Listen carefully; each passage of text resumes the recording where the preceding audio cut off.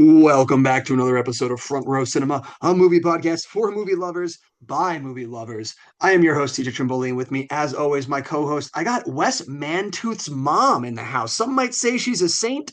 I say it's Mr. James O'Reilly. How are we doing tonight? It was a very nice seafood dinner, I should say. Did he call you I yet? was I was disappointed that Champ never called. What a shame. Well, we know where he works. We could always go in and make prank phone calls to him if you feel like it later when we're off the air. Yeah, let's do it. We'll do it. We'll do. I got you, Dorothy Mantooth.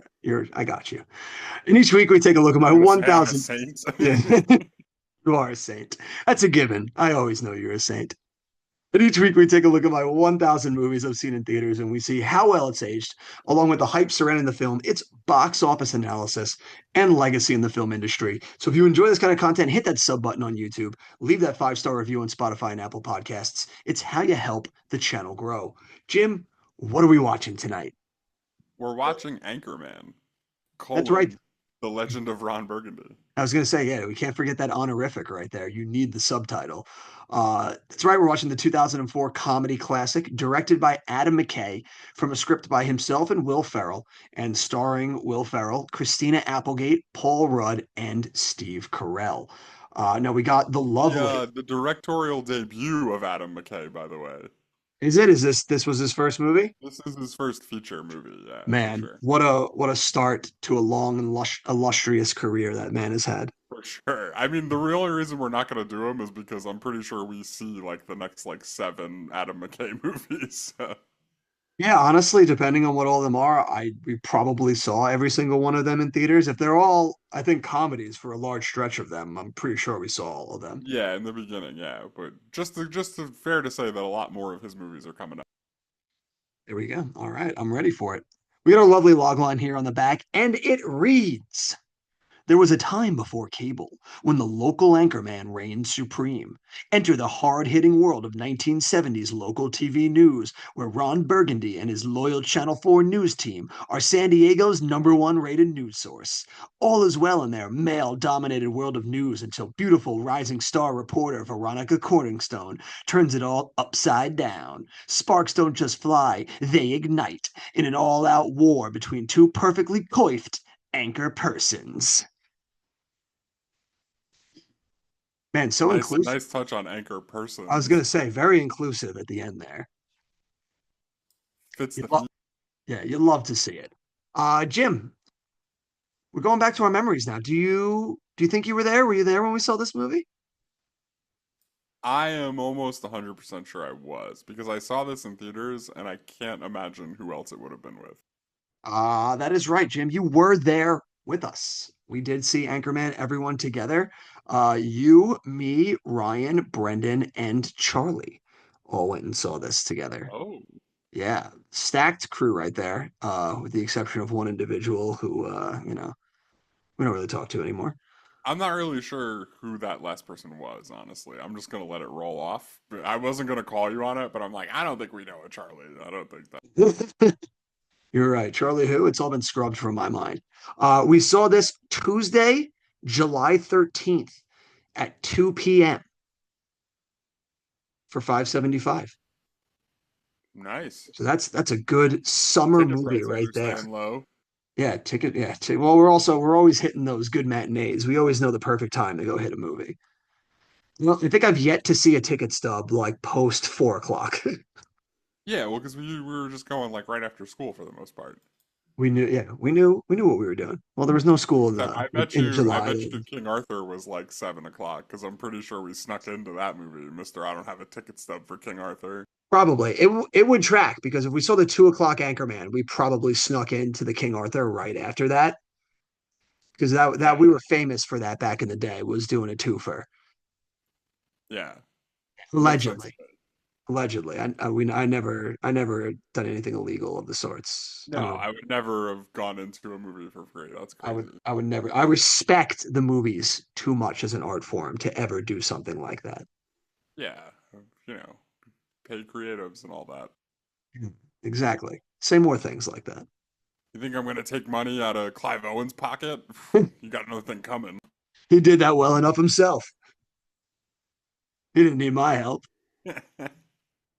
But yeah, this is really the big start for like Will Ferrell really takes off here. We did Elf and Old School previously, which are definitely big notches in its belt. But I feel like this movie in particular is going to become pretty much the running, like big, huge explosion of the Will Ferrell era of comedies. And you see it reflected in this box office. So let's cue those numbers up, Jim. Let's dive into that healthy box office. Numbers, dates, and numbers, numbers, dates, array, dates, numbers. Show me the money. All right. Anchorman is going to open the weekend of. Hold on. I didn't Sorry. know that. I didn't know that was a weekend. Hold on. Sorry. I think it's July 9th, Is but I that was on the before wrong Labor Day date. or after? I apologize. Yeah, it's the weekend of July 9th through July 11th against a $26 million budget. It's a good budget right there.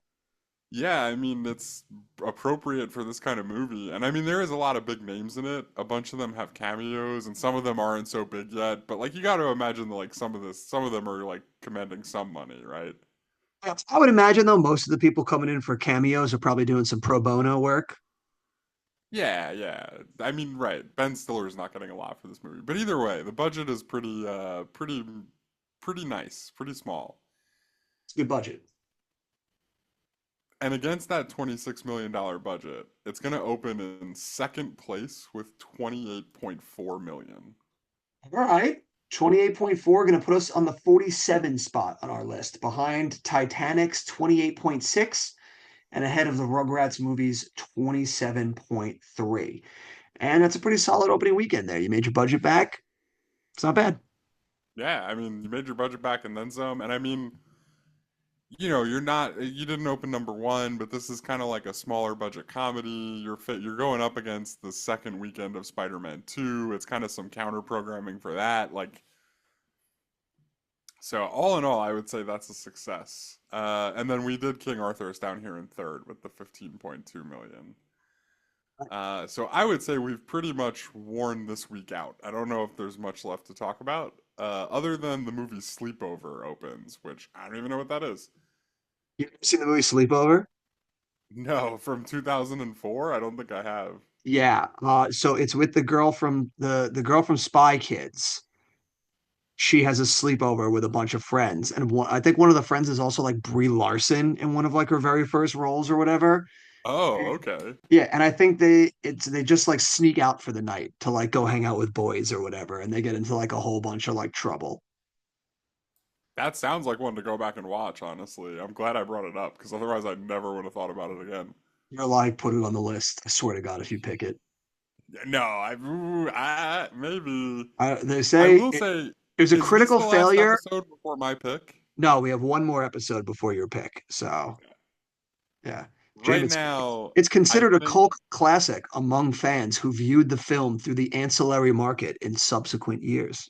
Oh, I'm sure. I mean, right now, I think we're between that and Chronicles of Riddick. I think are our two My picks that goodness. we've narrowed it down to. So Oh, we'll well, see. you Time will tell threw on that front. you threw iRobot out. Yeah, I don't really want to watch iRobot. I Fair, don't like that movie, and I get to pick, so. very fair. I watch enough movies I don't like that you saw just because you saw them in theaters 20 years ago. So I'm just gonna pick something I'm actually interested in watching this time. Fahrenheit 9/11. No, definitely not that. Fool me Right once. now, like I said, either Sleepover or Chronicles of Riddick are the two leaders in the clubhouse. We'll see what time does there. All right. Moving on to the second week of Anchorman, it's gonna drop 51.3% down to 13.8 million. Okay.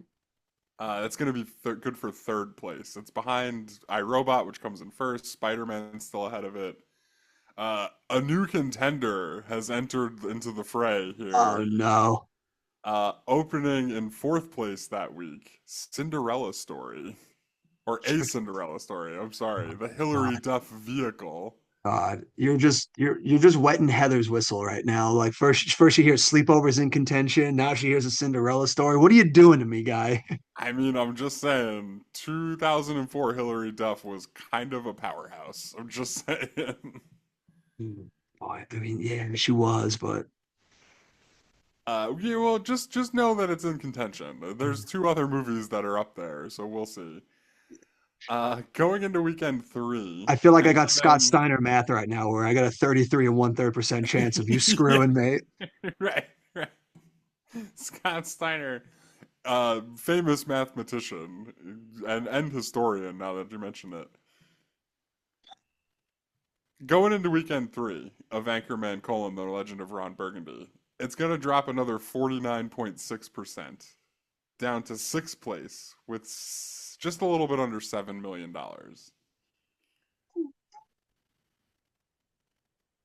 It's kind of fallen fast, but I mean it's a Yeah, comedy, like so yeah, it's not comedy is this. gonna. Yeah, that's usually part of the course for comedies. It's like after the first 2 weeks, the people that want to see it, and they never really stay around for very long.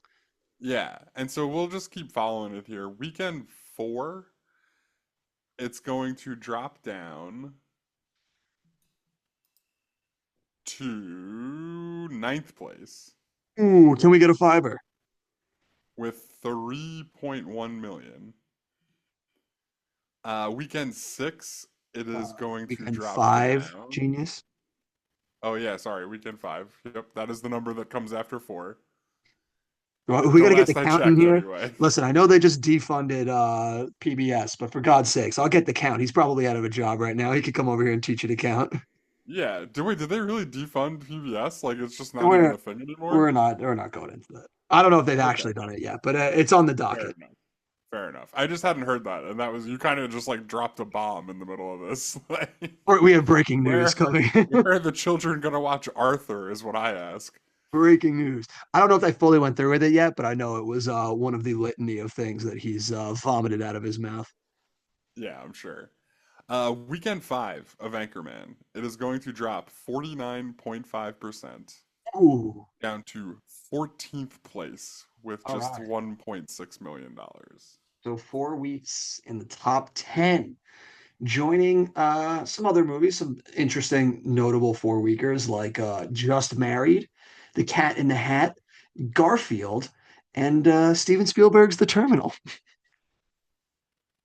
That is an interesting group because it is like a mix of movies that the terminal is definitely a bomb, I would say.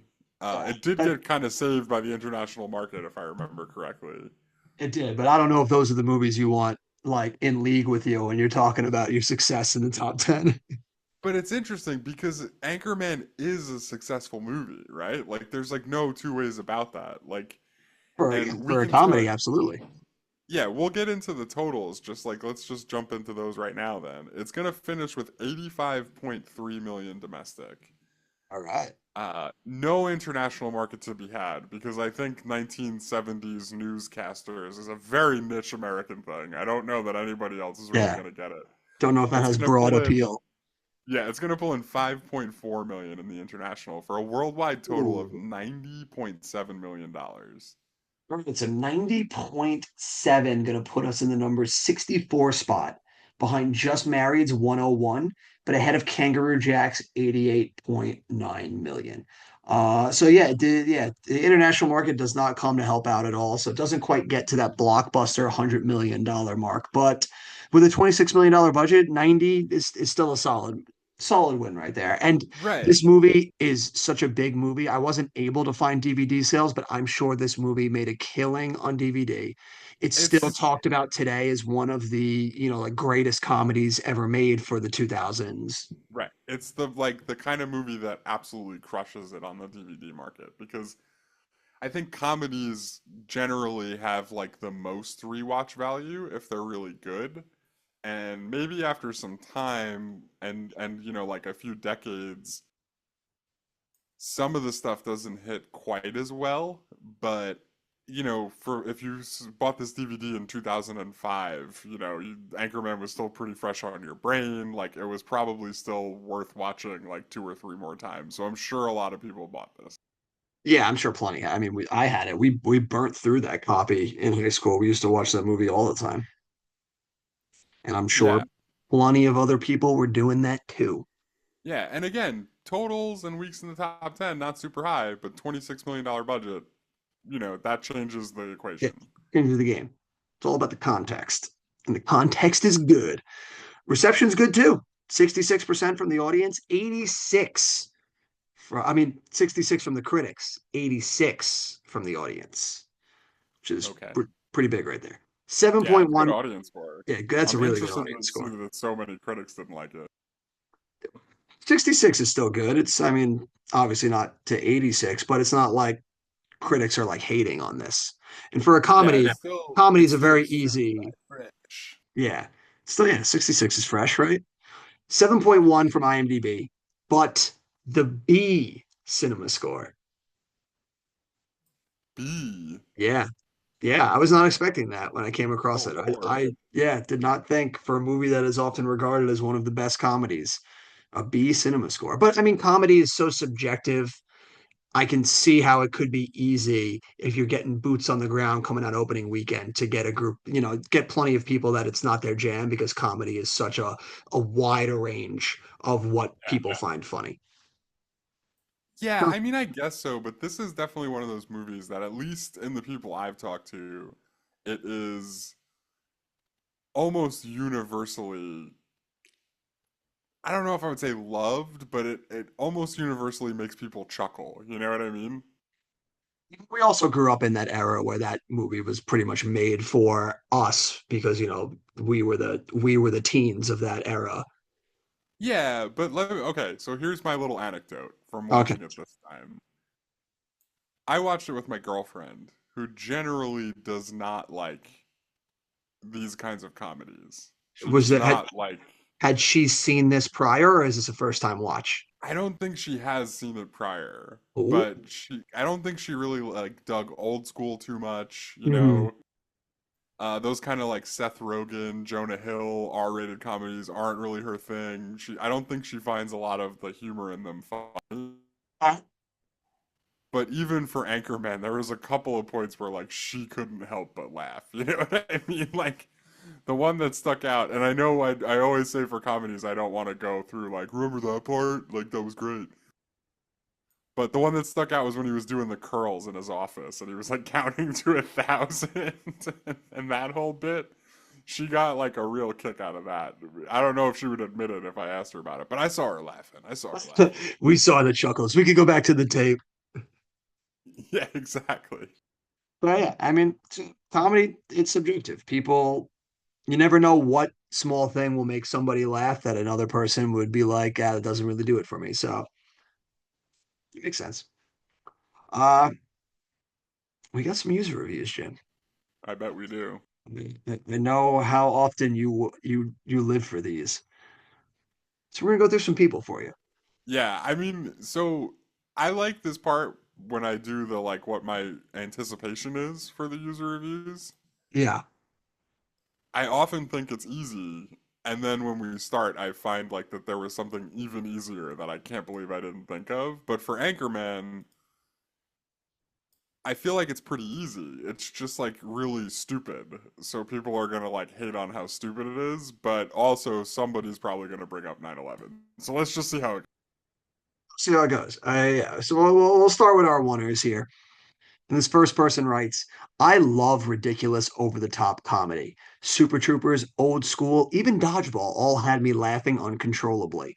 But Anchorman, one of the biggest wastes of my life. I don't even know where to start. It's just not funny.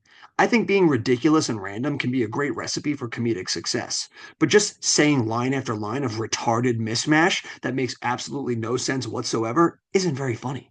In fact, in Anchorman, it wasn't funny at all. The only times I laughed were the brief introduction before the movie started, stating it was based on actual facts, and a couple of times during the movie because I couldn't believe how awful it was. Don't waste your time. Hit the nail on the head for you, Jim.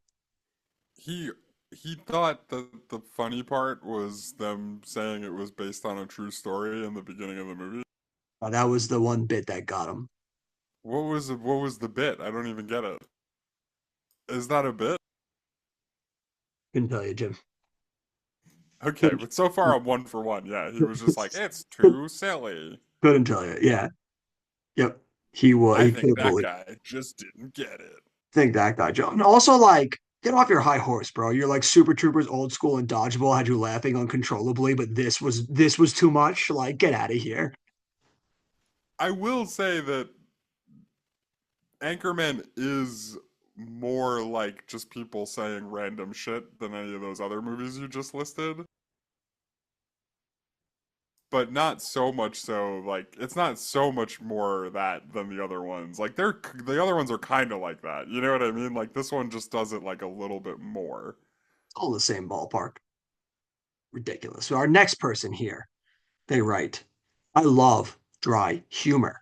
Monty Python and Pedro Almodovar are two of my favorite artists. They make you laugh on a different level than movies by Kevin Smith and Trey Parker and Matt Stone. However, Anchorman just leaves you dumbfounded. After viewing it, I felt as though my IQ dropped. And sure enough, the next day, I found it had dropped a whopping 42 points after seeing it. This is 7 times worse than when I saw Dumb and Dumberer. At least I laughed at some things.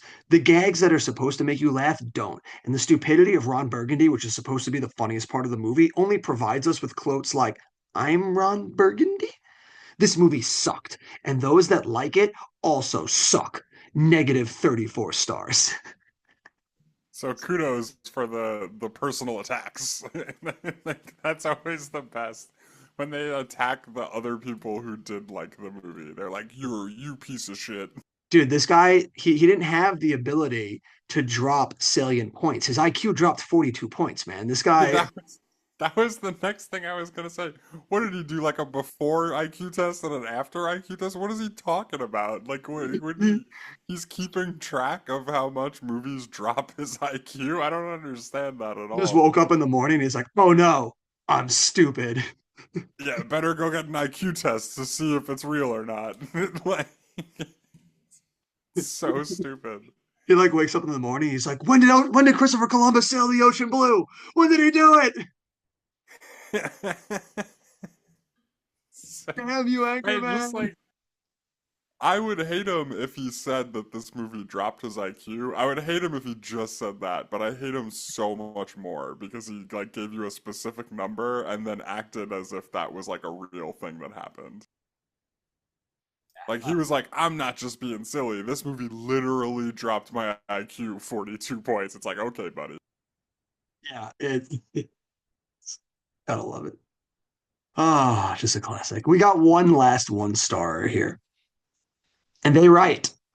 I can imagine if I were 22 years old and drunk, very drunk, mind you, I might find this movie a little bit amusing, but I'm not 22, and I was unfortunately quite sober when I watched Anchorman. Well, Not that all sounds the like a way you through, though. problem, buddy. Well, not all the way through, though, I'll admit. It was so bad that I did something I never do. I left after about an hour. Couldn't stomach anymore. I leave open the faint possibility that this may not be the worst movie ever made, but it is certainly up there.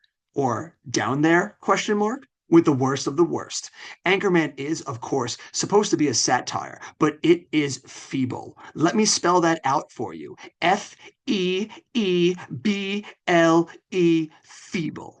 And did I forget gross? This film's premise is that an exceptionally pretty young female is seeking to become an anchor at a San Diego TV station in the era when newsrooms were men only. That would seem to have real possibilities, but it is squandered on an especially juvenile script and presented in a manner that would make Animal House seem the height of sophisticated humor. The movie needs to add another rating to the system, warning adults to stay away. NA35 might do it. Okay, first of all, two thumbs up for NA35. That was amazing.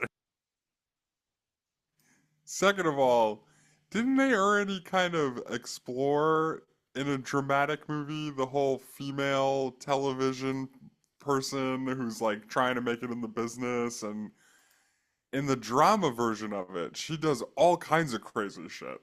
And like, it was a really good movie, right? Like, it's Network. Network is what that guy wanted. Yeah, I forgot about that.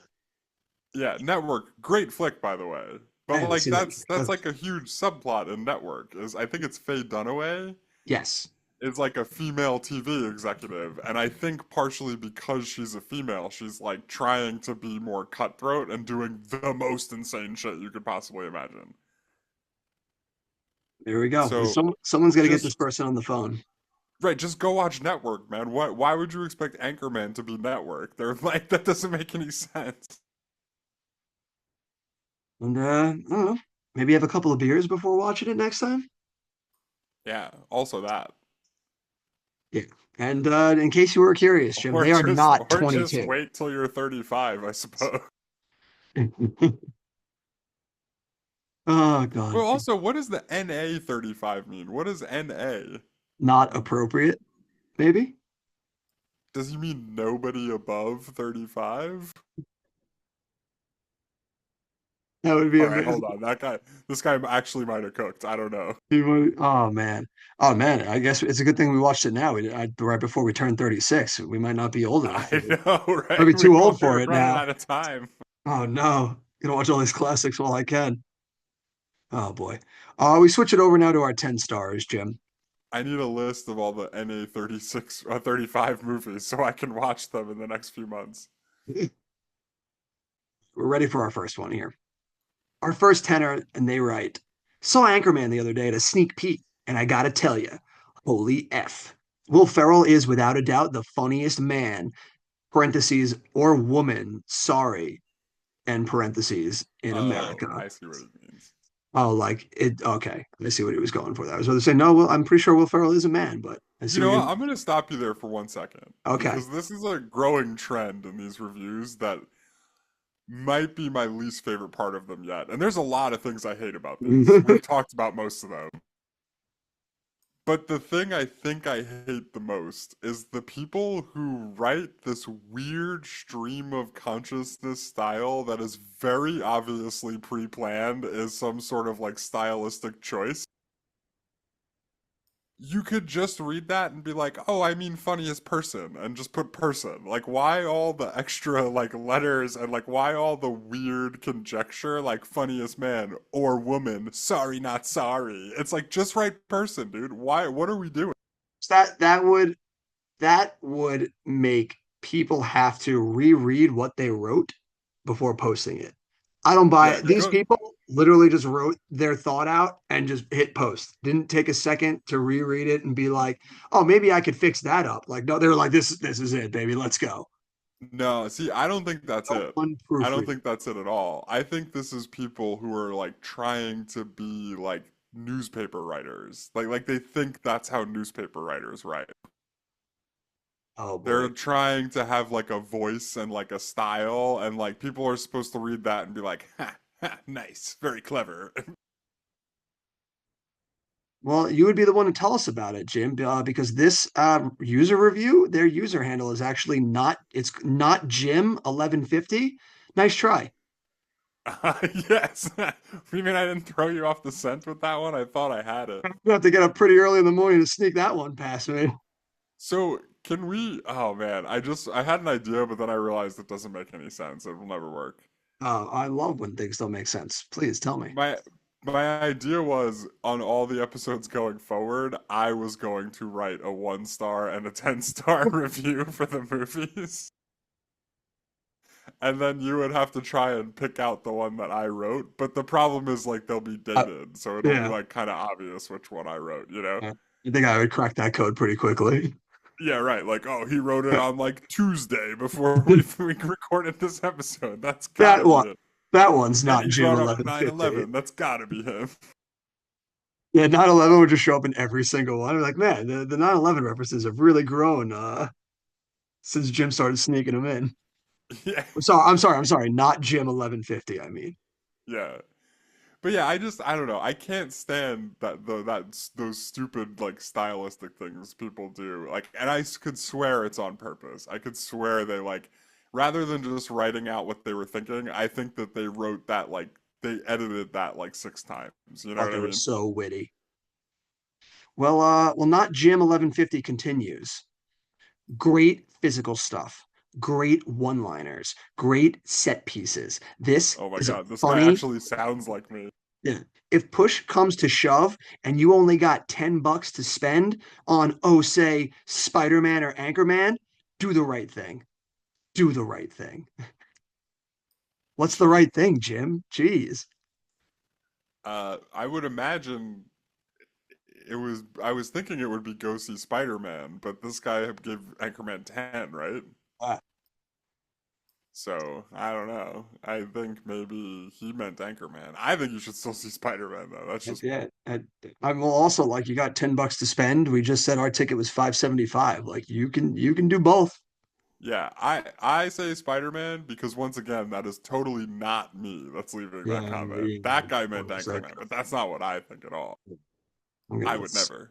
I'm gonna forward this on to Cash Patel right now. See if he can find the URL link, and we're gonna trace it back to you. I'm gonna break this code. Yo, the URL link. Is that what we're looking for? The computer terms. I got it. Yeah. Backspace, keystroke. I can track you. Yeah. I was looking I was looking for a good drop. I couldn't find the one I wanted, but Ah, what a shame. Snooze, you lose. It's not sorcery, it's science. Harmonic reinforcement? yeah, the harmonic reinforcement would have been a good one. The one I wanted was William H. Macy going like Tricyclops in Jurassic Park 3. That is a good one.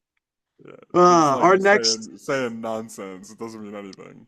yeah, our next 10-star review comes from a user that's definitely not me. He goes by the name of Twig Boy.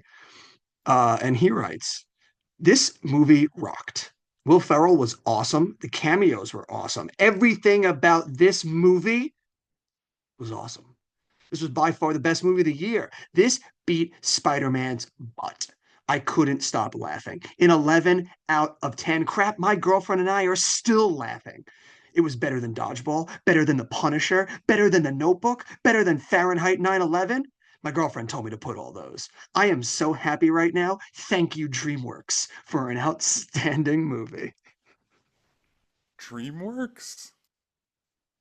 Yeah, I don't think DreamWorks were the people that made this movie. I'm sure it was Paramount. Yeah, I mean I Ooh, did watch it on Paramount Plus, so that tracks. fucking Dream. DreamWorks. What movie does this guy think he was leaving a Thought he was review watching for? The Prince of Egypt. yeah, right.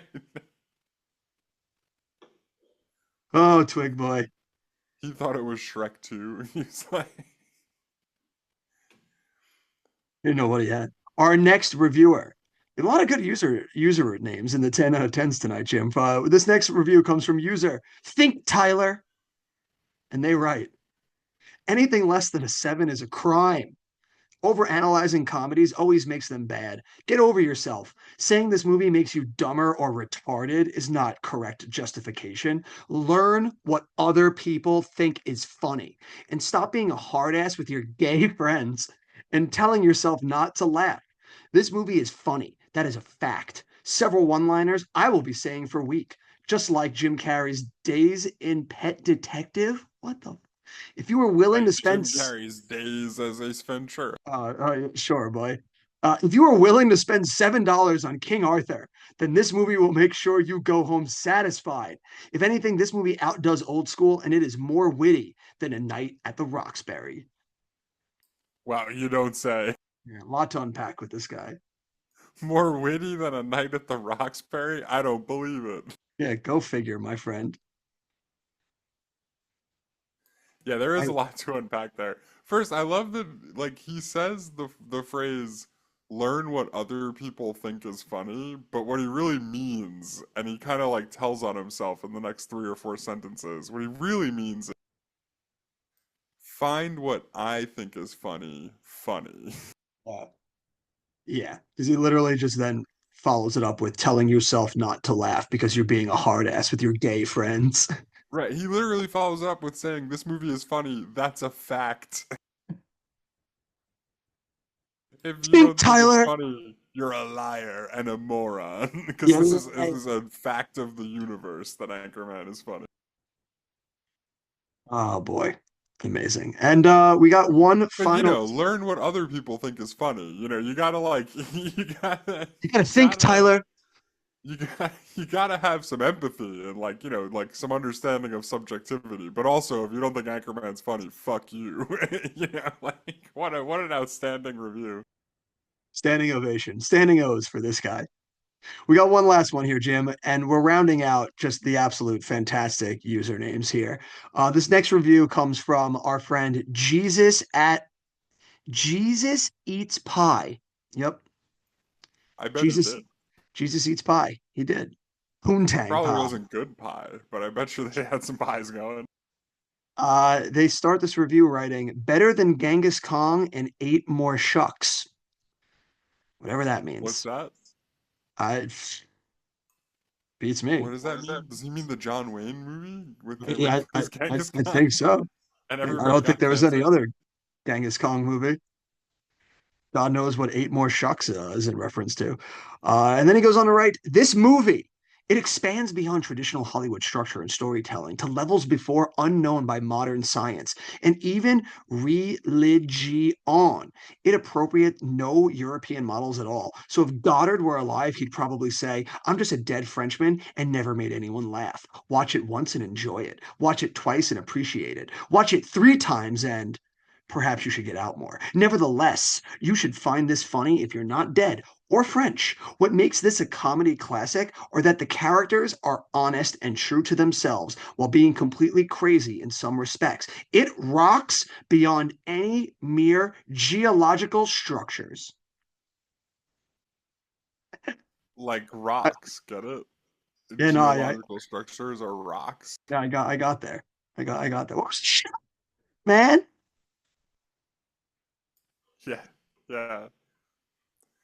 I spoke to Doctor to what was the villain's name in Spider-Man 1? Osborn? Norman Osborn? Yeah, Norman Osborn. I spoke to Norman Osborn and he asked me to pass along a message to this reviewer. Sorry, I just added it to the board, so I had to I had to reset it. You know, I'm something of a scientist myself. Because holy crap, that guy is going into so much detail about Anchorman. Like, read back like those first two sentences to me really quick. Spans beyond traditional Hollywood structure and storytelling to levels before unknown by modern science and even religion. Yeah, he even said science. What are you talking about, man?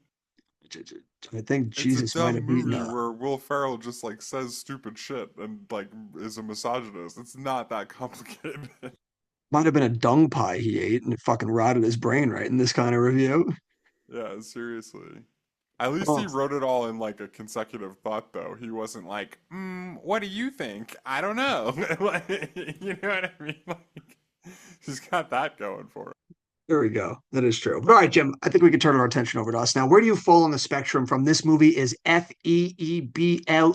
feeble, all the way up to it expands beyond traditional Hollywood structure and storytelling to levels before unknown by modern science.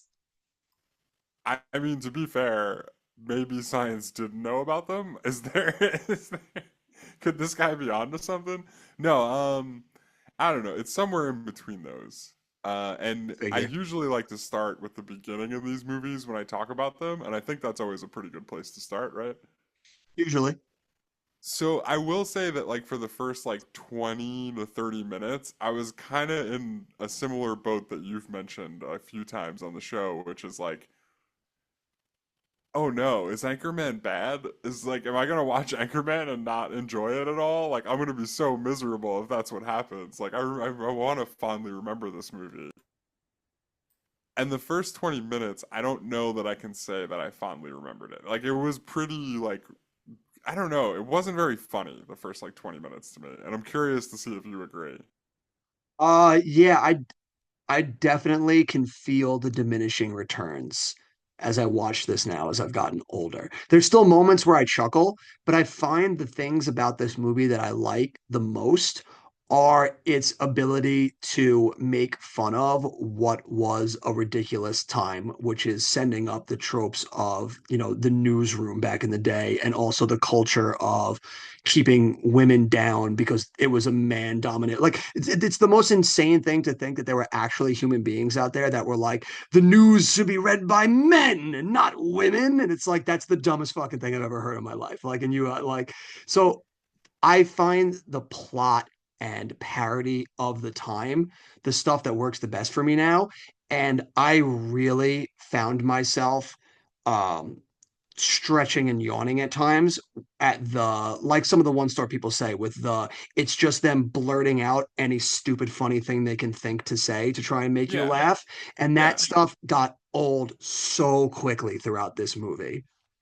Yeah, I could see that. It's also, though, that's an interesting thing to bring up because we talked about in a few of our earlier comedies that we're getting to the point where comedies are going to be more guys who are good at improv and that kind of style, Yeah. just taking like 15 or 20 takes at it and then seeing what people in the moment think is the funniest thing and then seeing what audiences of the time react to the best, right?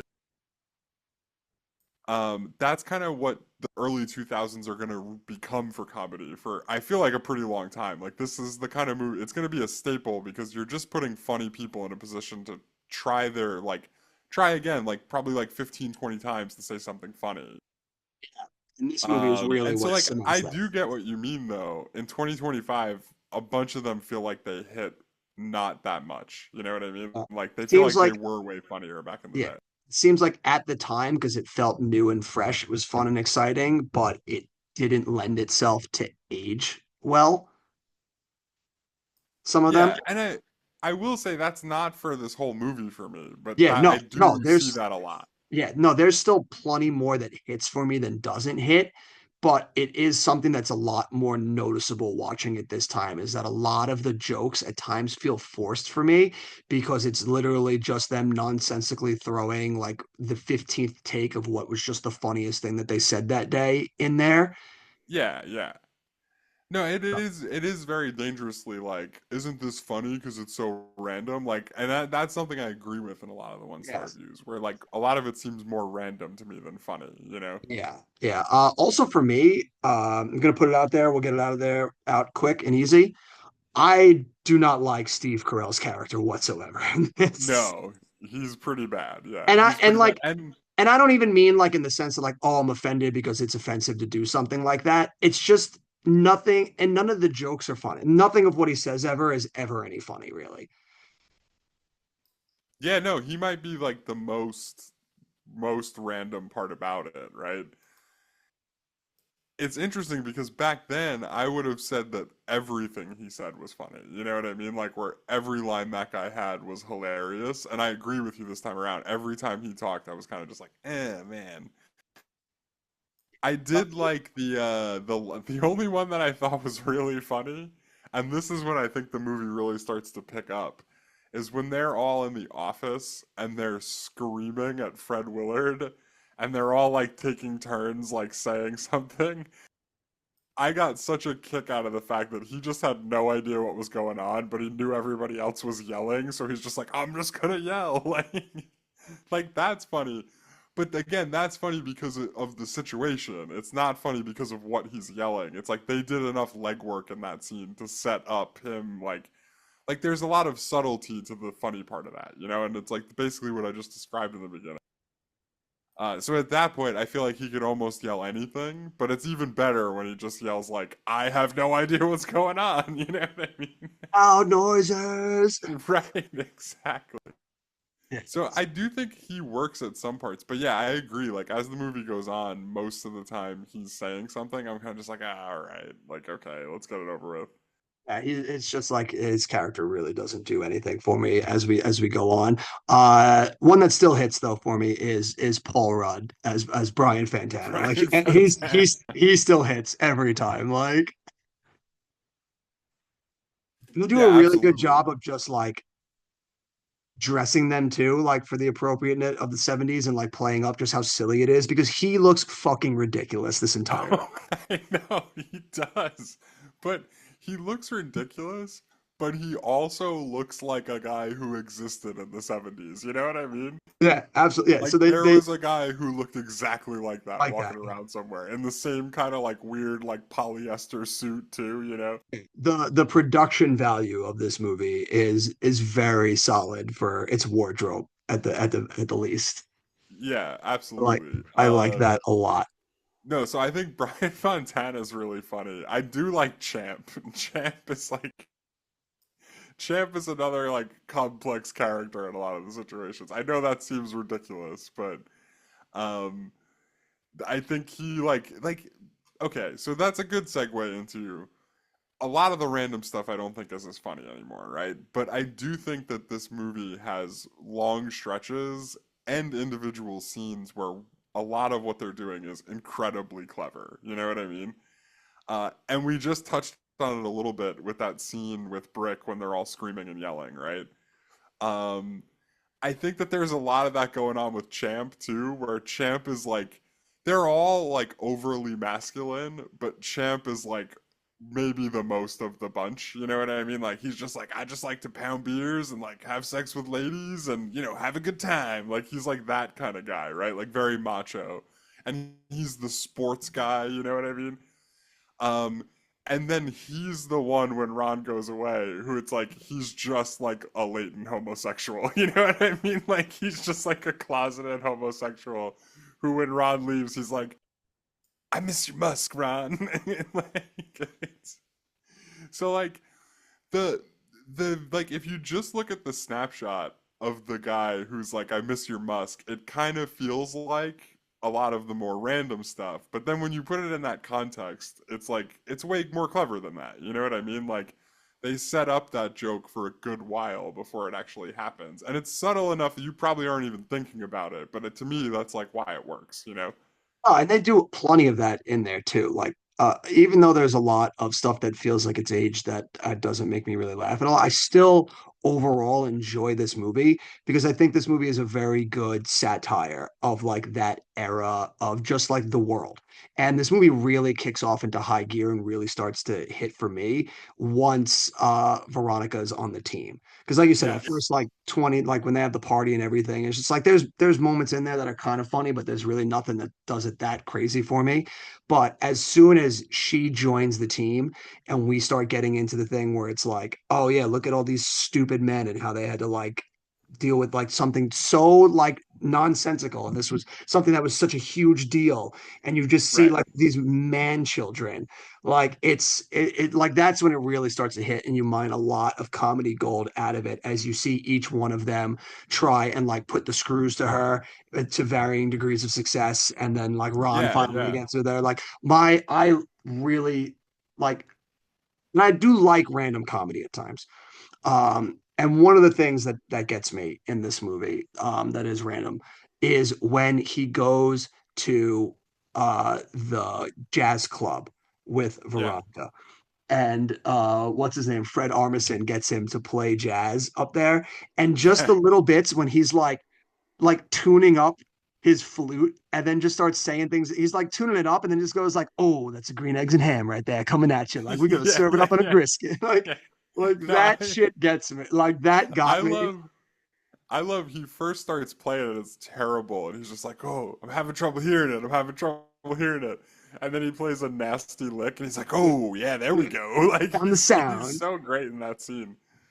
Yeah, so like that scene works really well with the comedy and him lighting like the flute on fire, like at the end, like, and they finish it with Yeah, Aqualung. Like but do you know why I think that scene works so well though? And it plays into what you're talking about with when this movie really starts to kick into high gear. it's It's the when level that Ron men go. Burgundy, we get a deeper look at him. You know what I mean? He is like an idiot, the same way that all of our comedy protagonists have been, except for maybe what's his name from the Terminal. Victor Um, Navolsky.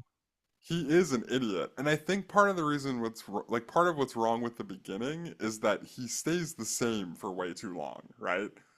And then when the movie kicks up, exactly when you said it does, it's not just that the movie is kicking up and they're like playing pranks on her.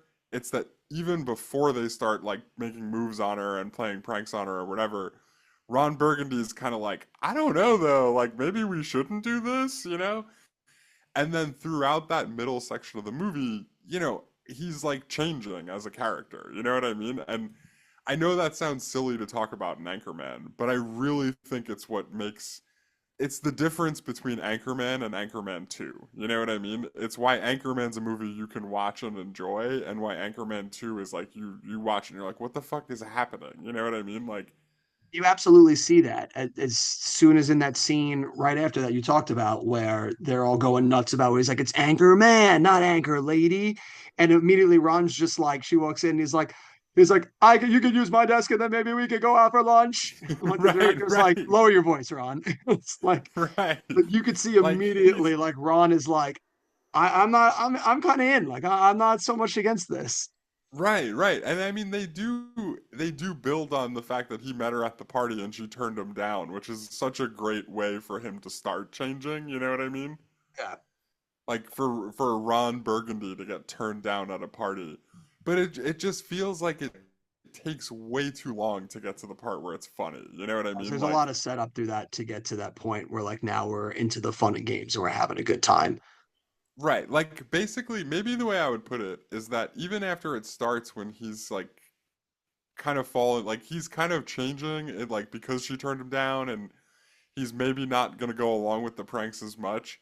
You could literally just skip a bunch of that and just have him be like, yeah, like, so you turned me down the other night. Like, what was that? You know what I mean? Like, you could easily get into them going out a lot sooner. And, like, there's still plenty of time for you to get into all the silly shit that they do, making a pass at her and everything. But, I don't know. No, I feel that, I but just, it's overall, I would say that when Will Ferrell starts being, like, an actual movie character is when the movie really starts to get good. And the second act of this, when it kind of is, like, the up and down of their relationship through the middle of the movie, that's when I think it's like really firing on all cylinders. well, that's when we're actually in the meat and potatoes here because we're getting the most conflict and adversity, and you're getting the most laughs out of that premise of them all just like bouncing off of each other. That works really well for you. And it's so funny in this movie watching it, and like I like the scene, and it does make me laugh, but it's just so in what might possibly be the most random scene of all time is literally them being like, "Let's go suit shopping."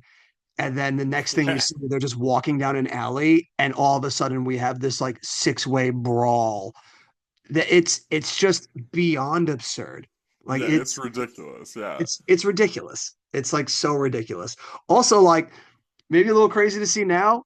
Ben Stiller is part of the Spanish news team. yeah, a little crazy to see now. I mean, you're not wrong. ¿Cómo están, bitches? But that's maybe the funniest part of the movie when the brawl is building up and it just cuts to a guy like shaking maraca, like shaking a single maraca. And it's like a quick cut to that, and then Ben Stiller runs down the steps. Very well shot by Adam McKay there. Like the editing there is so tremendous. I know the shooting for it is very funny, and it is nice to see that like Will Ferrell brings all of his like boys around for it, like his old school boys, Vince Vaughn and Owen Will and Luke Wilson. Yeah, you're getting into something that I think is really worth mentioning for this movie because Ben Stiller is in it, and he was a more established star at that point, I would say. I think this But began there's like, the like them just like showing up randomly and cameoing in all of each other's stuff. yeah, I mean Ben Stiller and Luke Wilson are pretty big cameos in this, right? And I'm sure there's others I'm not thinking of, but I there's mean, also a lot of in people that in this fight, movie. in that you have an Academy Award winner in that fight. Yeah, that's right. What is it? It's Tim Robbins, right? Tim Tim, Robbins is in it. Tim Robbins is in it, and this is a year after he won, a year or two after he won for Mystic River. Like, Right, right. But it's also like, aside from those guys, there's a lot of people in like major roles in this movie that I don't know that they're really like, this is kind of the thing that sets them off, right? As like comedic actors. this is the movie that really sets like everybody up going forward. I think probably the most established person in this movie at this point is like Paul Rudd because he had been like in Clueless, was on Friends, like there'd been a lot of stuff in Yeah, the '90s but leading into this. this is let's talk about Paul Rudd in a second. I want to start with Steve Carell, right? Like just on this concept. And this is like kind of an IMDb thing, but I feel like it came up pretty naturally. So we'll stick with it for a few minutes here, right? Steve Carell is not really a big actor before that, right? Let me go to his No, I acting think I think credits. The Office starts right around this time also. The So, Office starts in 2005, all right, yeah, and so he went 40 Year from Old this Virgin is also in to 2000. 2005. Yeah, so this is like his first. big thing. Um, That's really going to set him off and catapult him. right. In terms of movies, he has like a bunch of like bullshit credits from what I can see, but he's on things like Strangers with Candy, which is like more how I think of him before this. Like he's more of like a sketch comedy, and again, improv guy, right? Like, Yeah.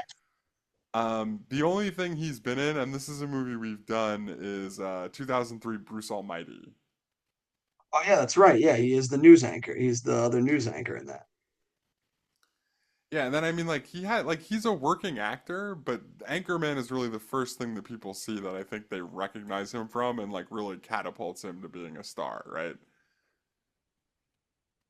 And then let's go talk about Paul Rudd, because Paul Rudd, I think, is more established than Steve Carell at this point. Like you mentioned, he's on Friends. He was in that one movie. He was in Clueless, big one. He was in that movie with Reese Witherspoon where he like mails her like a breakup letter or something, and he's got to like go get it before FedEx delivers it. Oh boy. Actually, um, I lied. Paul Rudd is not the most established person in Anchorman. That's Christina Applegate. yes, that is fair. Yeah, Christina Applegate definitely takes that cake. But like, so like the reason I want to talk about Paul Rudd though is because all the things we just mentioned, and I'm really trying to find the name of that Reese Witherspoon movie really quick. It was in the 90s. Overnight Delivery is the name of it. Yep, there you go. It looks like it was straight to video. That doesn't shock me. Overnight delivery to my door. Let's see. But yeah, so he's not in a lot of things that are on brand for what you would think of for Paul Rudd, right? You know, when I think of Paul Rudd, I think of like things like Role Models or like the Seth Rogen comedies that are big in like between Yeah. 2006 and 2010. Or you know, Anchorman. like Well, that's kind of Paul Rudd's this movie gives MO. him his trajectory that takes on a whole new life, like for him, and really cements like also him in the comedy world. Right. Oh, and 40-Year-Old Virgin. How could I forget that? He's also big in that movie. Yeah, So like Anchorman, in a way, kind of kicks off Paul Rudd's career. Not that it didn't exist before, but the only reason we know it the way it is now is because of Anchorman, right? it really kicks off everyone. If there's blink and you miss it moments, and like Catherine Hahn is in the background in a bunch of shots in this movie. Yep. There, yeah, Seth Rogen Seth plays the Rogen is cameraman the at the end. cameraman at one point. Like this movie has all the players hidden around.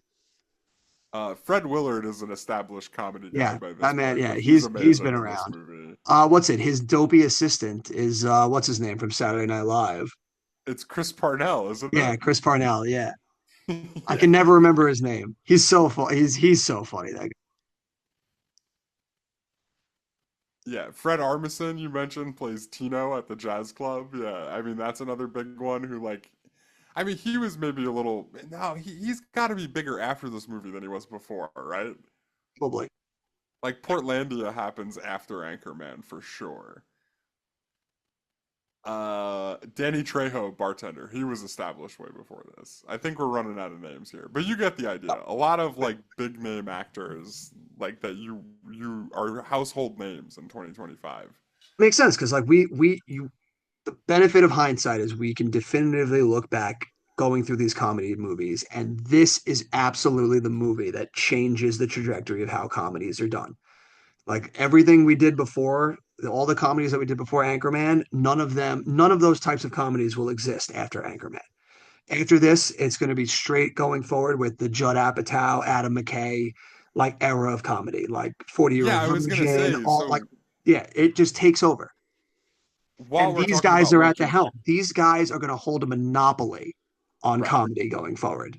Like there's a point in time where you and I had a conversation in like 2010 maybe, and I think my position was just nobody should make comedies besides Judd Apatow and Adam McKay. Like I was like, why is anybody else even trying? You know what I mean? Like it's like I don't know if I agree with that today, but the point is, I think that was a somewhat reasonable take back then. Like because like I you mean, said, they kind listen, of take over the game. they were firing on all cylinders back then, and regardless of how it ages and how it feels now, however many years later, back then when these first came out, they were everywhere. They were a revelation. They were a breath of fresh air. They were our defining comedy movies from the Yeah, 2000s. yeah. And yeah, I mean, like we could look at Adam McKay and Judd Apatow, but we're gonna watch like all those movies for sure. I would imagine, So I mean, every single comedy movie that this whole array of people involved in this movie, like we're probably going to watch everything they all do, like going yeah, forward. and we probably already talked about a bunch of them, bringing up Paul Rudd and Steve Carell too, because like those guys aren't gonna stop working together, right? No, no, no. All these guys are going to continue to show up in like everything they do. Is there anything else in this movie that doesn't quite work for you? No, I mean, I think we pretty much covered it. I don't know that there's much else to not like about it besides what we said, because I think the things we mentioned are kind of like in the lane it's going for. I mean, like it doesn't have a great story, but I think the point is that it has enough of a story for the kind of movie it is. It just needs a little bit, you know? Yeah. Um, and I mean, yeah, we talked about Steve Carell being kind of lame. I don't know. There's not really much else to not like besides what we already talked about. What about you? Oh, the all of his interactions and his little C storyline with his dog doesn't bother you? Okay, all right. You know what? I take it 'Cause back. You're I hate correct. I hate every time he has a scene with his dog. I'm like, dude, this sucks. This sucks so I much. I forgot what is easily the worst part of the first like 15, 20 minutes of this movie. When he has that whole conversation with his dog, those are the Just worst lines of the movie. When he's like, "Oh, you know, I don't speak yeah. Spanish. You And pooped in like the fridge." It's like, "Oh God, yeah, it's like I'm not this even is mad. so cringeworthy." I'm just impressed. It's like I hated that whole thing. Yeah, it And was even later, like horrendous. It it was leads horrendous. yeah, it leads to the worst parts of this movie when we talk about like just the random bits. And it's like his overreact not over so much overreaction, but just like the like where he goes, like after Jack Black kicks his dog off the bridge. Like Yeah, and as it which goes, by the I'm just way, how like, did we not talk yeah, about the how did scene yeah, where Jack Black kicks Buns yeah. Baxter off the bridge? Because that is easily the best scene in the movie. How did we forget about Jack Black? That's how I roll. How can we forget the Jack Black cameo? What a cameo! He Yeah. rides in on his bike and goes, "You broke what's most important to me, or what I love. Now, what do you love?" And he buns the dog off a bridge. Punts the dog off the bridge. Like that's Uh, hilarious. Like that cracks me up every time. but But no, you're not wrong. The glass case of emotion afterward definitely fits the bill yeah. for like, And okay, like yeah, this is not nearly as funny as I thought it was. and you know what's funny is I found myself the lines that made me laugh the least are all the ones that everybody quotes. I They were find the though ones I thought I, were the funniest. Like a lot of them were the ones I thought were the funniest back in the day. yeah, and now like I couldn't like the glass case of emotion one, it like didn't make me laugh and I didn't really care for that. The San Diego means whale's vagina was like it's like Yeah, horrendous. dumbest thing you could Yeah. think to say. Like, so it's a Right, lot of the right. lines Really that bad. were, yeah, that are like synonymous when someone mentions Anchorman to you, and that's like what someone will regurgitate back to you. And I'm like, man, back in the day, like, yeah, we that was the line we regurgitated, and now I watch it and I'm like, that line sucks.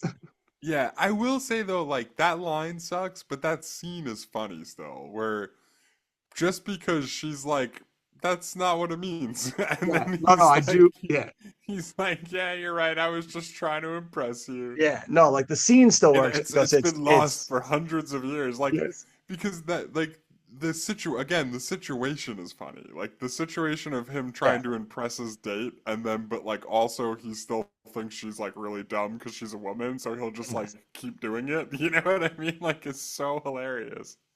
yeah. I will say too, though, watching this feels like a very prescient movie still to this day. How many dudes out there you think still think this?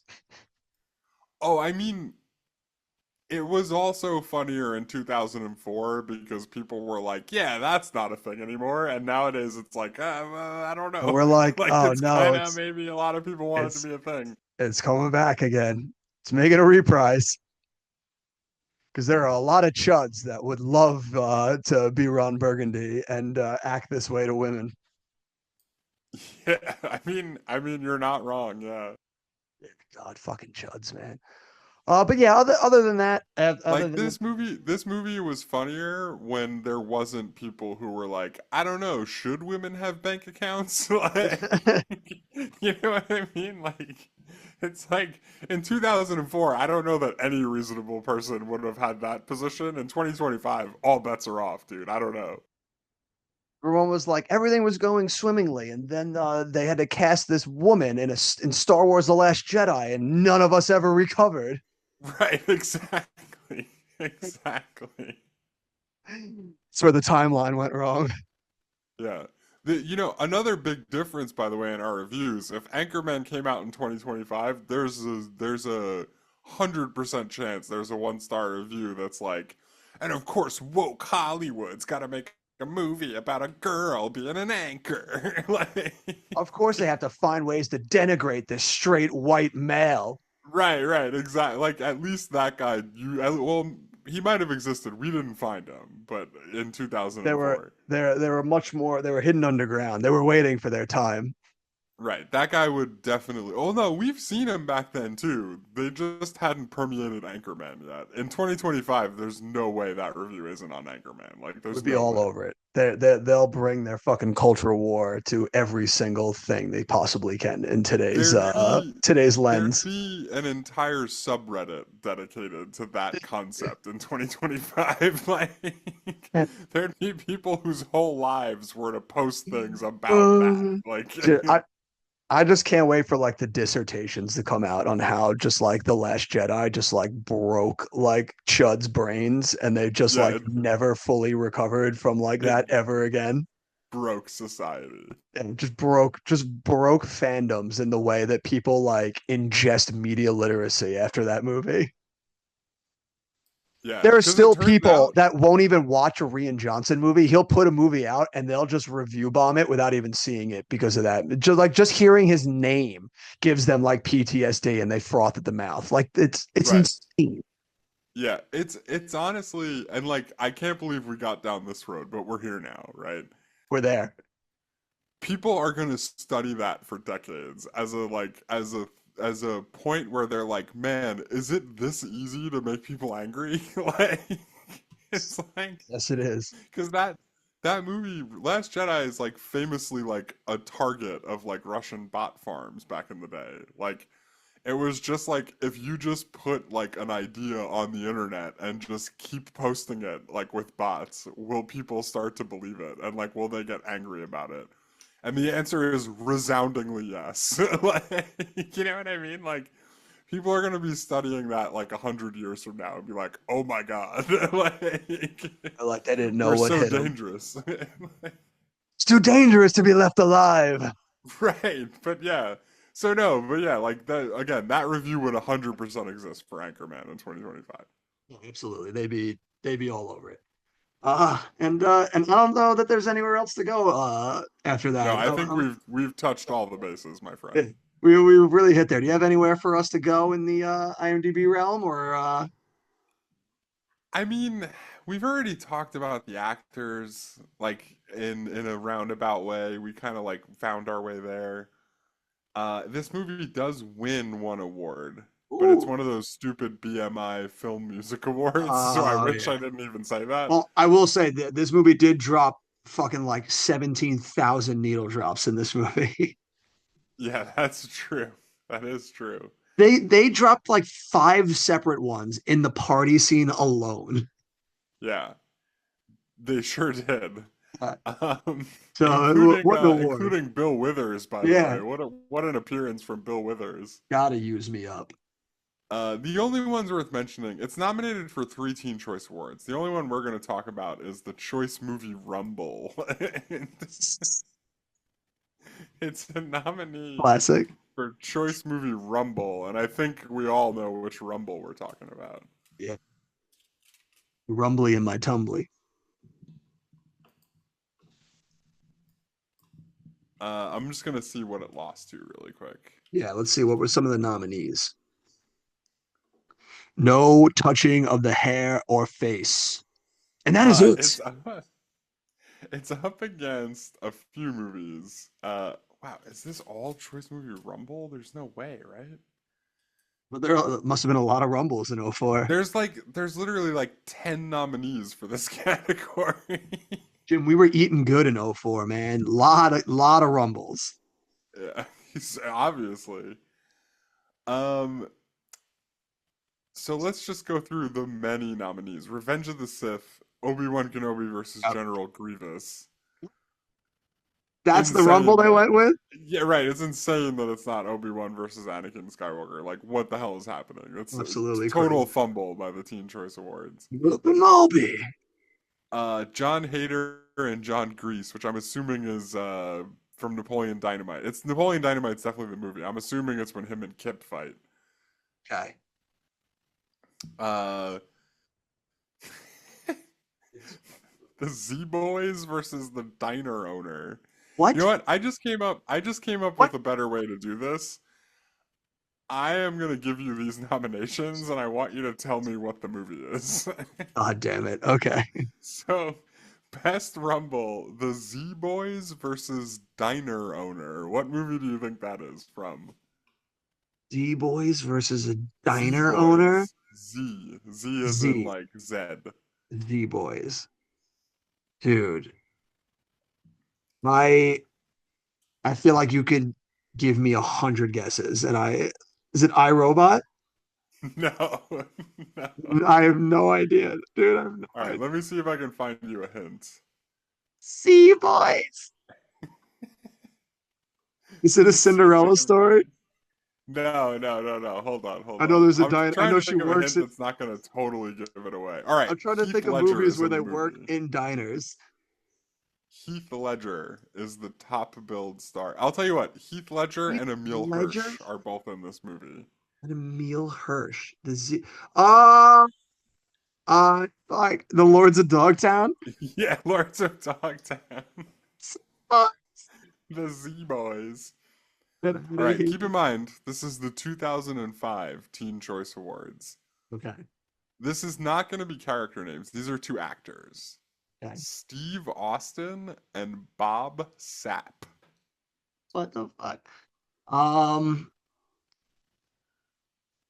it's not the longest yard, right? It is the longest It is yard. the longest yard. All right. Yeah, yeah. Okay. All right. Yeah, I got it. All right. This is three actors. Okay. Elijah Cuthbert, Okay. Chad Michael Murray, and Okay. Brian Van Holt.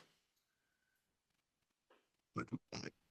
Think What's- 2004 All right. Well, Chad Michael Murray movies. Chad Michael Murray wasn't in The Girl Next Door, so it's not The Girl Next Door. Correct. Not that. What the fuck were they in together? She wasn't in a Cinderella story. Fuck. Horror movie. What the fuck's the name of it? House of Wax. It's House of Wax. Yeah. Let's go. All right, dude, you're on fire. And Let's like, go. there's no way you're looking this up. I mean, maybe there's a way, but I don't I'm think not. You're you looking are. right at me. You see me. I'm looking at you. I know, I know. It's just it's too hard to like get this unless you remember, unless you looked up the category. But I don't think you did. Oh no, I didn't. This one feels like it's gonna be pretty easy. Okay. Ashton Kutcher and Bernie Mac.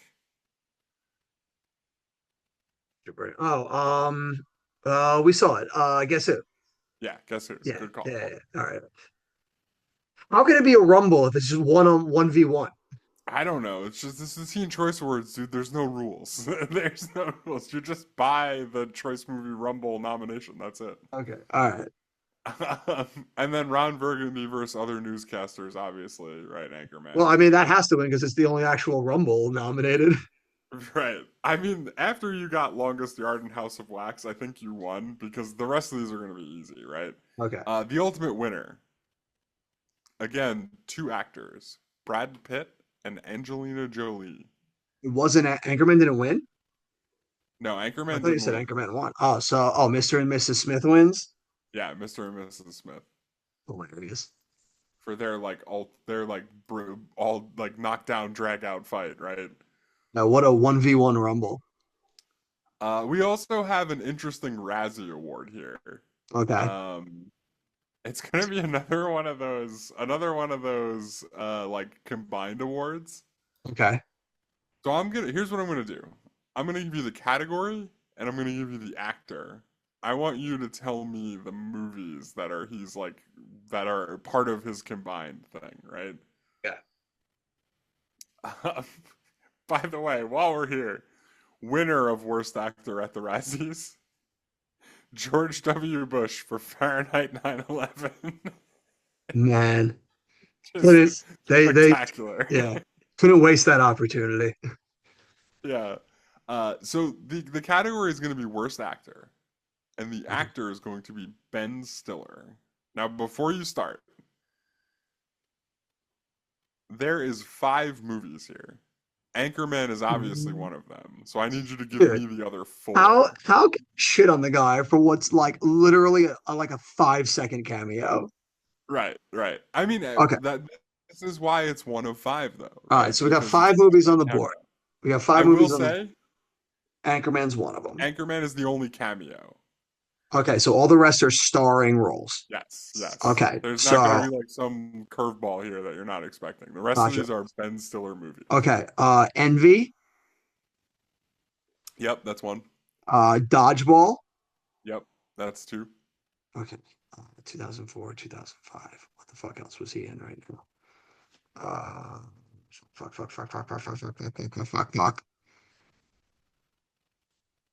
What the fuck else was Ben Stiller in? You got 2 more. 2 more shit. Are they from '04 or from '05? Uh, Hold on, let me check. Do you have any idea? I think they're probably, I mean, I can find out. I think they're probably both from 2004. Yeah, they're both 2004 movies. Shit. Meet the Fockers. Nope, What? nope. Son of a bitch, dude. Keep in mind, this isn't necessarily every Ben Stiller movie in 2004. This is just the ones that the Razzies felt nominating him for Worst Actor, I guess, maybe? I don't know. Like, Meet the from Fockers was probably later than 2004 as well. I think it's Or the end maybe of earlier. 2000. I think it's the end of 2004. Okay. So wait, there's movies from '03 on here? No, no, no. You know what? Never mind what I just said. It's just Meet the Fockers isn't one of the movies here. Okay. You got 2 left. Oh, dude. Dude, I have no idea. All Fuck. right, let me see if I can give you a hint. I'm trying to think of How one was he that's in? How the I fuck was have he a in this many movies? because Ben No, I Stiller don't. was popping in the No, no, I know, no. No, let me work through this shit. I Okay. don't want to fucking hit. I don't want to fucking hit. Okay. I I'm mean, I'll keep thinking of one that's not like a dead giveaway, but you keep chewing on it too. all right, I'm the 2004. There wasn't like Zoolander was 2001. It wasn't 2001. Duplex was '03. So it's not Duplex. What the fuck else came out in '04? I don't know if it came out in '04, but I think it's around then. Along Came Polly. Along Came Polly is one of them. Let's Yes. go, let's go, baby, let's go. All right, come on. One You more, got one one more. left. No, one left. 2004. What the fuck? It's gotta be. Oh wait. Oh, uh, we just passed it. And we didn't watch it. We didn't see it in theaters. Fuck. Starsky and Hutch. Starsky and Hutch. Yeah. Dude, got Yeah. it. Yeah. Got it, dude. Let's go. Let's Those go. are those are Ben Stiller's 5 worst actor movies wrapped into one. Along Came Polly, Anchorman, Insane. Dodgeball, Envy, and Starsky and Hutch. And don't listen to the Razzies. They're a bunch of assholes. Yeah, no, like all of those movies are good. Like All, absolutely. That's such a mean list. but especially Along Came Polly. Along Came Polly, the movie that brought you Philip Seymour Hoffman playing I guess like a narcissistic actor who was like over the hill, who decided to play Jesus and Judas in Jesus Christ Superstar. One of the funniest things that's ever happened in a movie, as far as I'm concerned. Like, how dare you, Razzies? Ban you off a scuba. Yeah. That movie is a Um, classic. And Fuck, then yeah, I fuck mean like whoever was working at the offices that day. it's nominated for a bunch of MTV Movie Awards, like for 4 of them. I might be, since we're doing this a different way, I'm gonna take a quick peek at these and see if it's worth playing a similar game.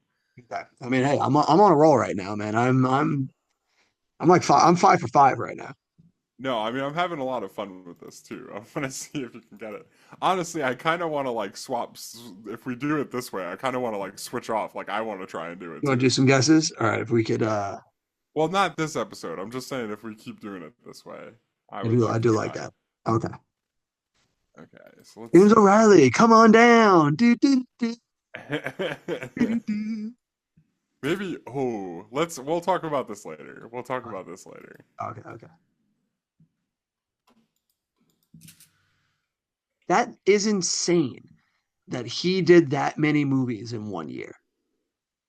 Yeah, I mean, you're not wrong. That's a run right You're there, not man. wrong. That's Along Came Polly, Starsky and Hutch, Envy, Dodgeball, Anchorman. Like All right.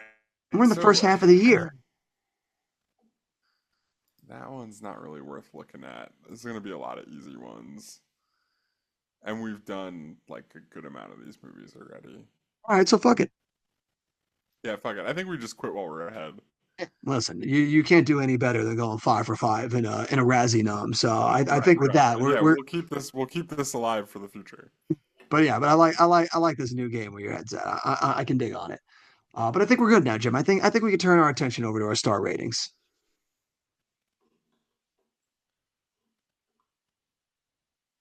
Yeah, I'm not playing any either drop. So Oh wow, what a hard contrarian right now. He digs when he wants you to zag, and he zags when he wants you to zig. yeah, I mean, I don't know that I would say this is a great film, but I also wouldn't play the one where Ebert like trashes movies and there's like a gong playing in the background. I But wouldn't do Jim, either of them. do you think the Ebes would want you to play the drop? Ah, hmm. What do you think the I'm old gonna take Raj a guy? stab in the dark and say that Ebert kind of liked this movie. Okay. What do you think? If I had to give it a number, does Ebert do half stars? Ebert does do half stars from time to time. I'll say he gives this a 2.5. Ooh, Jim, he actually gave this 3 out of 4. Ah, so close. And he says Anchorman works. A lot of the time, it's very funny. Just keep it short and sweet and to the point, Jim. So now I turn it over to you. Once Final again, thought. Ebert just like totally nailed everything I was trying to say in one sentence. This is why he's a pro, guys. Why use many words when small word do trick? Right, exactly. We talked for about an hour for what Ebert just like summed up into one sentence. Like, yeah, it works. It's pretty funny a lot of the time. I'll give him the big bucks. All right, Jim, let's hear it out of you. The final star, final rating for Anchorman, The Legend of Ron Burgundy. I am gonna give it a 3 out of 5, so slightly less than Ebert, but Jim, still pretty close. we are in lock and step this episode Oh, because I'm also gonna give this one a threer. Uh, you know, some fun. It's a fun movie, despite all the stuff that might not hit quite as well.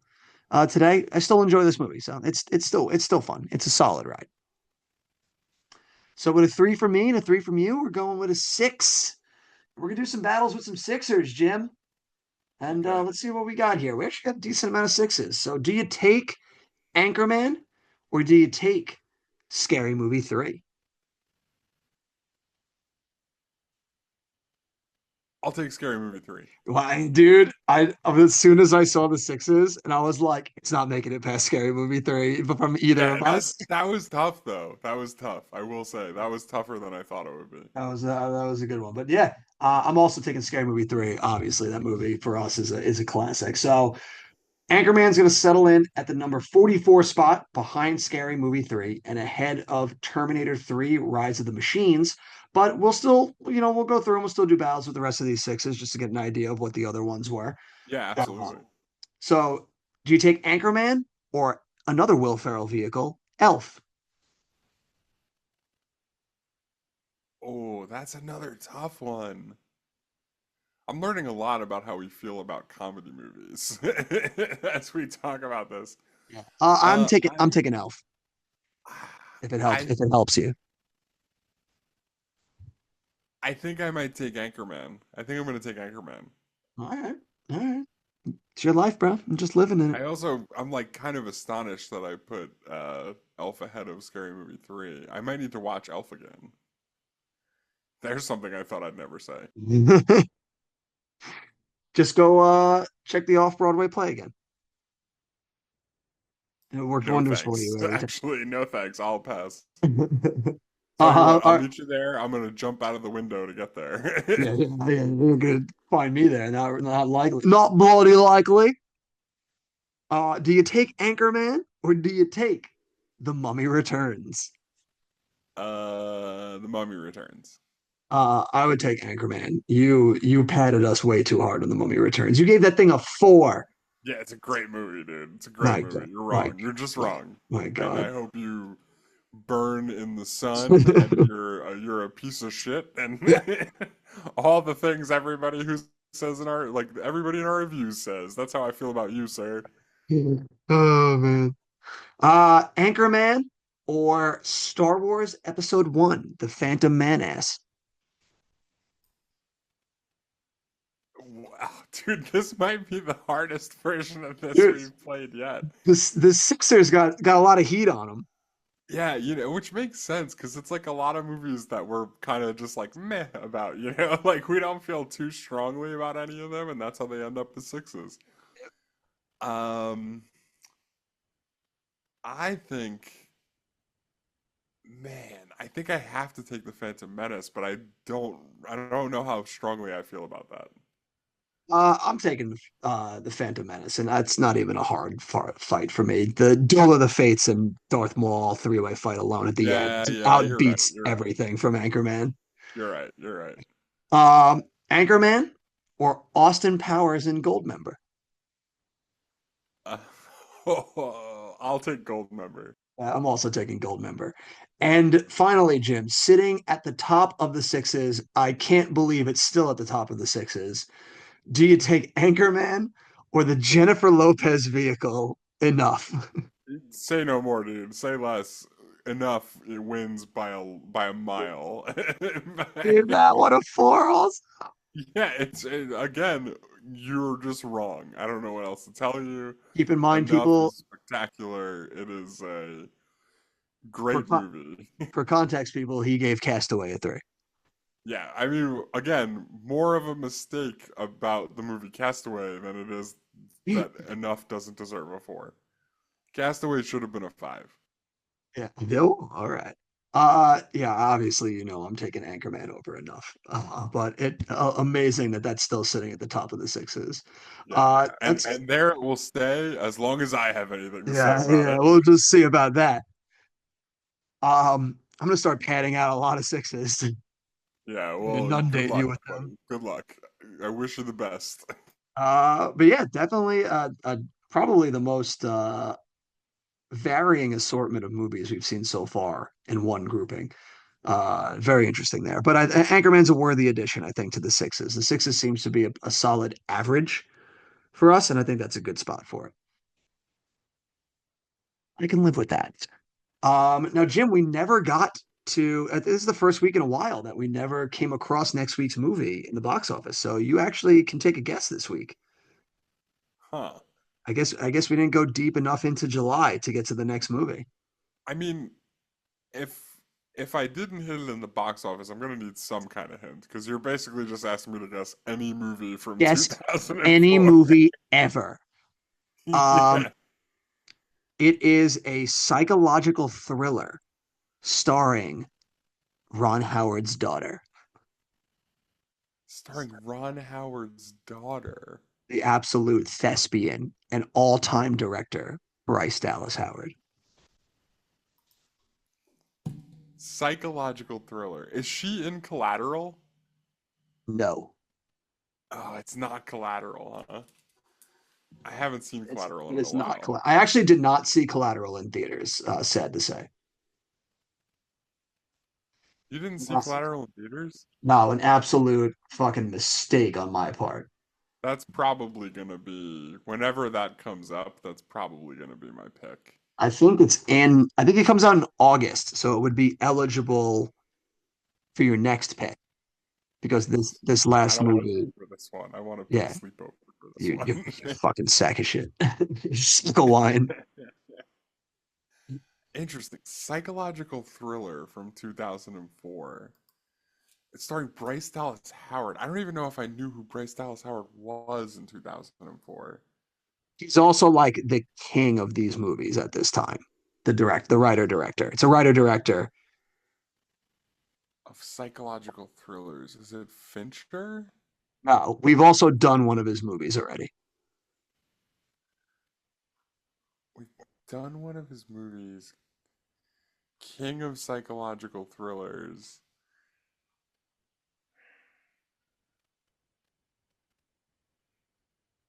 Man is Is it? famous for Is subverting it? your expectations. I was gonna no. Don't give me. I was on to it. Don't give me any more. Is it the guy who directed Signs, the movie we did? Yes.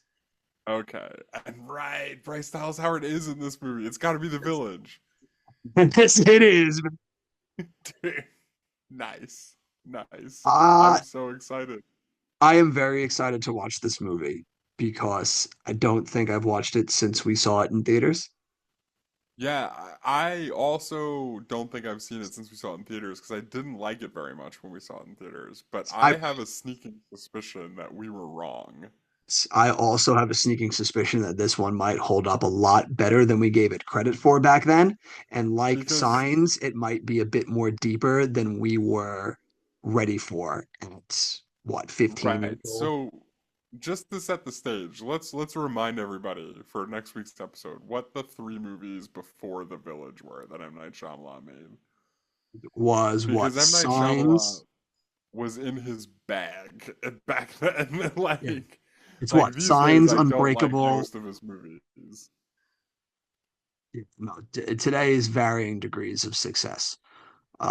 Except Trap. Trap's great. Yeah, Trap. The first like 45 minutes of Trap were Yeah. great. Yeah. Well, for me, Trap ends once he escapes the concert. The movie's over at that point. Right. So The Village is the follow-up to the following three movies in a row. The Sixth Sense in 1999, Unbreakable in 2000, and then Signs in 2002.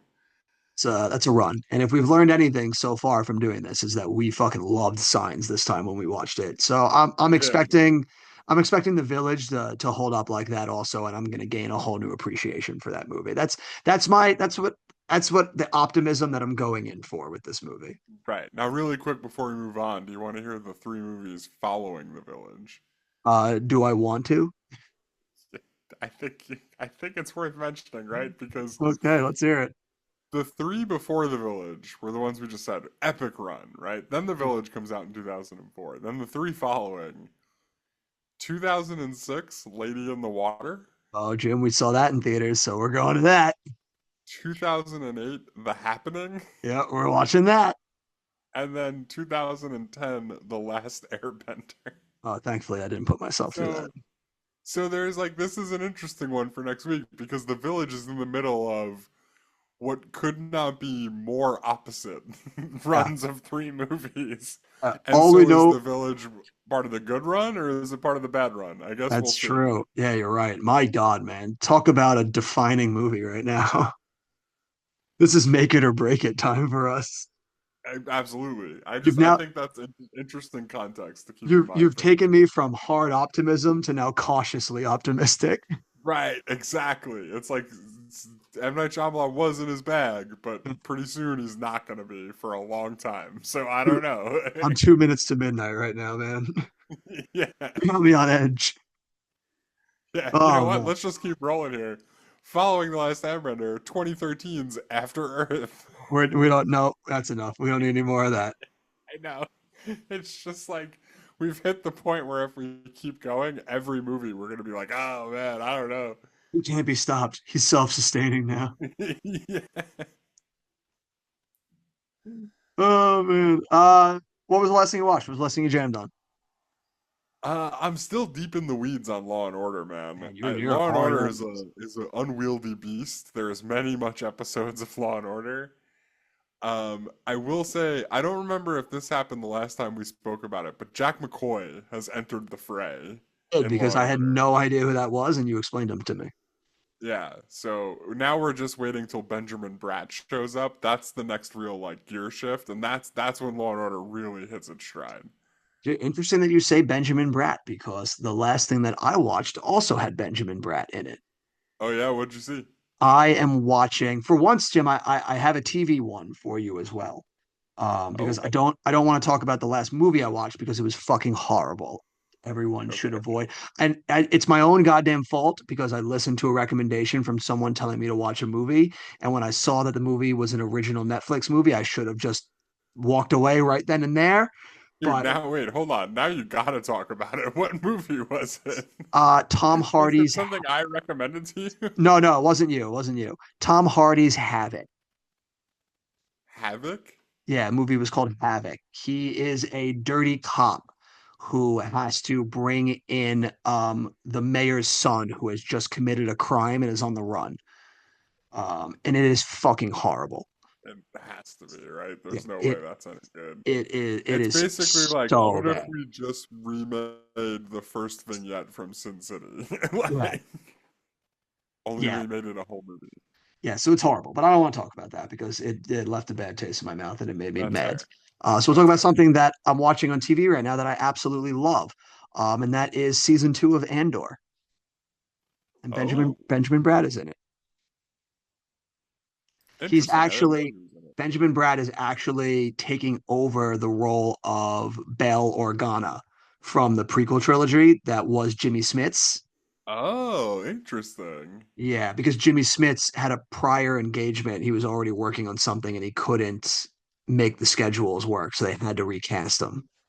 Interesting. Okay. Yeah, yeah. So Benjamin Bratt's in that now. But yeah, Andor is like far and away the best Disney Star Wars property that they've done so far. It's so good. It's so good.